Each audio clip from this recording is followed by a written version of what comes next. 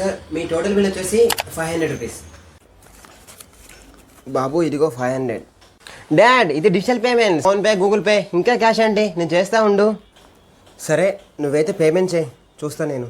అదేంటి ప్రాసెసింగ్ అని పడ్డది, వెంటనే చరణ్కి కాల్ చేయాలి. చరణ్ ఇక్కడ నేను రెస్టారెంట్లో పే చేస్తుంటే గూగుల్ పే ద్వారా ప్రాసెసింగ్లో పడ్డది, కొంచెం నా ట్రిక్ ఉంటే చెప్పా ప్లీజ్. సో గైస్ ఇలాంటి ప్రాబ్లం మీరు కూడా చాలాసార్లు ఫేస్ చేసి ఉంటారు. సో మీరేం చేయాలంటే గూగుల్ పే ఓపెన్ చేసి అక్కడ యూపీఐ లైట్ అనే ఆప్షన్ ఉంటుంది, అక్కడ క్లిక్ చేసి మీరు అందులో ఎంతో కొంత మనీని యాడ్ చేసుకోండి.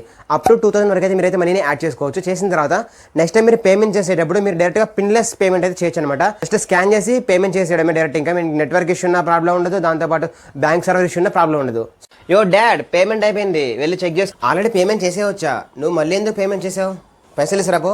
ఏం కాదు డాడ్, మళ్ళీ రేపు వెళ్దాం. ఏం చూసుకున్నా అంత పొగరు, ఏం చూసుకున్నా అంత పొగరు.